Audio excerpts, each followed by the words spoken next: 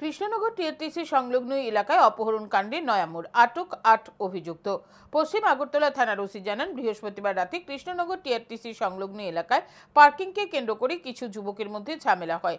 সেই খবর পেয়ে পুলিশ ঘটনাস্থলে ছুটে যায়। প্রথমত পুলিশ ঘটনাস্থল থেকে একটি স্কুটি উদ্ধার করে। পরবর্তী সময়ে এই ঘটনার সাথে জড়িত ৮ জনকে আটক করা হয়। খবর ছড়িয়ে পড়ে সেখানে একটি অপহরণের ঘটনা ঘটেছে, কিন্তু থানায় অপহরণের কোনো অভিযোগ আসেনি।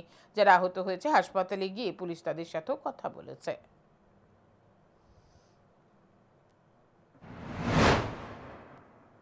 কৃষ্ণনগর যে টিআরটিসির সঙ্গে যে পেট্রোল পাম্প আছে, সিএনজি স্টেশনের সামনে গতকাল রাত্রিবেলা আনুমানিক 11টা সাড়ে 11টার সময় কিছু যুবকদের মধ্যে পার্কিং ইস্যু নিয়ে একটি ঝগড়া হয়।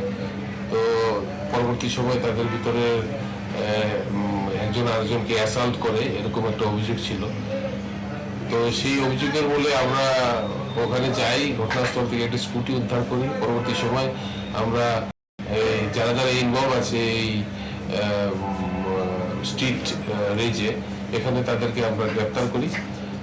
তো টোটাল ৮ জনকে, একটা ভেহিকেলকেও আমরা সিজ করি।